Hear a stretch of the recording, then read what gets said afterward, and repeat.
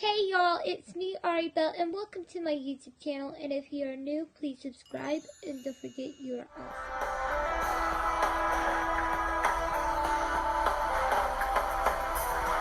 Watch your step, everybody. This is one of the homes where we can actually come onto the property. So gather around nice and close. He speaks quite softly.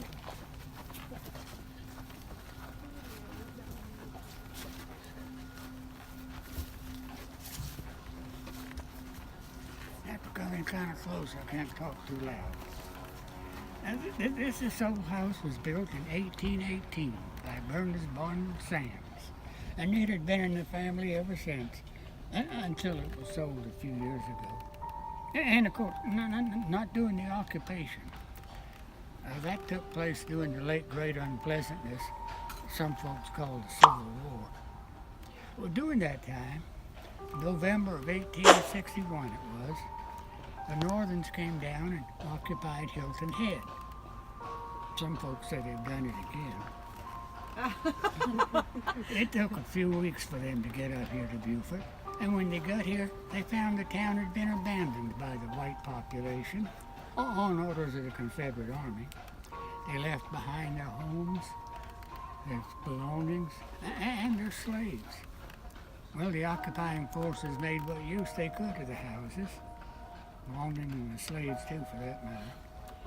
So some of the houses they used for offices, some they used for barracks, and some, like this house, they used for hospitals.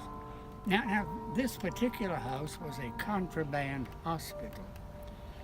Contraband was the term they used for those former slaves who'd been abandoned by their masters. Well, one August evening of 1862, two Union orderlies took a litter upstairs to that number 3 bedroom, placed the litter down beside a cot, and they gently lifted an old black man off the cot and placed him on the litter. They picked up the litter, took it down the stairs. When they got to the front door, they were met by the corporal of the guard. They told the corporal of the guard, "Cuffy." The corporal of the guard opened up his ledger book, went down the list, number 141, Cuffy. He wrote down, "Deceased, this date, August 1862. Well, they took the letter out the front door, down the steps, turned right along a path that led to a little grove of trees there in the yard. Now, in that grove of trees was an old well, and they placed the litter down beside the well. And they slid the wooden cover off the well. You know, wells of that type had to have a cover to keep out all birds and bugs, small animals, little children, other varmints. They took a rope and tied it around the chest of the old black man and slowly lowered him down into the well. Now this wasn't being disrespectful to the dead or anything like that, because, well, in August it gets rather warm here. No, it gets hot. Hot weather and dead bodies did not go together well.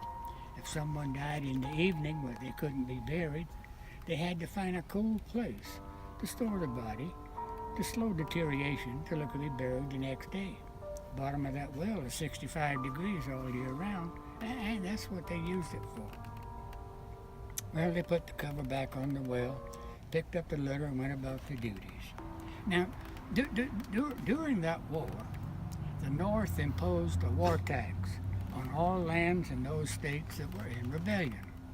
Well, since no one was here to pay the tax, all the lands in Beaufort and the surrounding islands was confiscated. Some of it was sold during the war, but most of it went on the block after the war.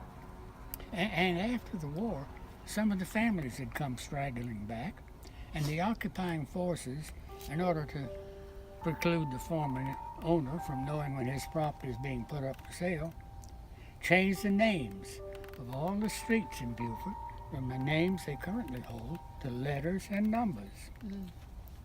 That way the former owner of the house at the corner of F and 5th Street wouldn't know when his property is being sold. Kind of sneaky, weren't we? Yeah. Well, it so happens that a Frenchman bought this particular house. Unfortunately, his name is lost in antiquity. And some months later, the family came back to town and presented themselves at the house. Well, now that Frenchman welcomed them with open arms, brought them in, gave them a big meal, and after the meal, as the gentlemen were enjoying a cigar and the ladies a glass of wine, he turned the house over to the family, just gave it back to them. Well, now you know the family was overjoyed to get their home back. Now, not many did. But they soon found one thing they just could not abide. It seems that during the war, everyone who died in the house was buried in the backyard, where we are now. Graves all over this place, 3 and 4 deep. You're not afraid of graves, are you? No. No, the only one that worries me is my home. Okay. Well, the family pondered and pondered. They had to do something. They couldn't live with a graveyard for a backyard. But then they hit upon a solution. They donated the land to the city of Beaufort. Well, the city of Beaufort didn't mind having another graveyard. They had so many, in fact, they turned this one into a park, as it is today. Well, now, some years later, this was on an August evening of 1873. Young Sarah Sams, the young lady of the house, and her maid Elvira were sitting out by that well enjoying a glass of iced tea and the residual coolness that having been shaded all day. And they heard a scratching noise on the well cover.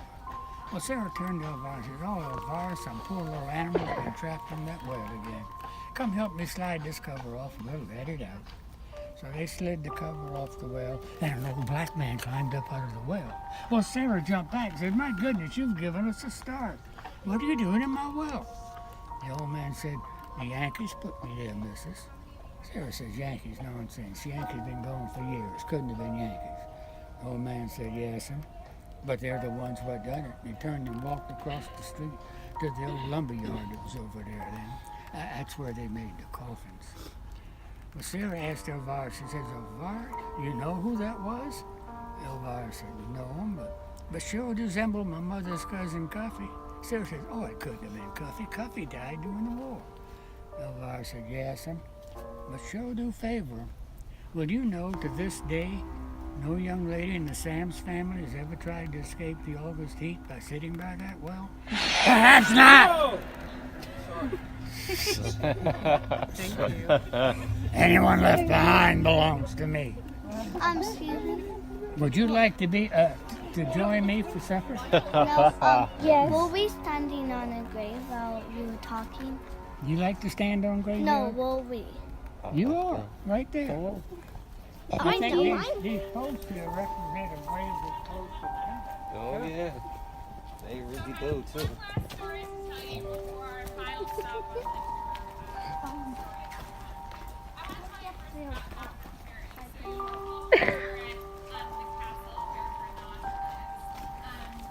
The little Lily was saved by a doctor named Dr. Perry. And Dr. Perry was a prominent doctor during the yellow fever outbreak. And during that time we were... And if y'all really like this, please give us a big thumbs up. Don't forget you're awesome, and I'll see y'all in my next video. Bye, y'all.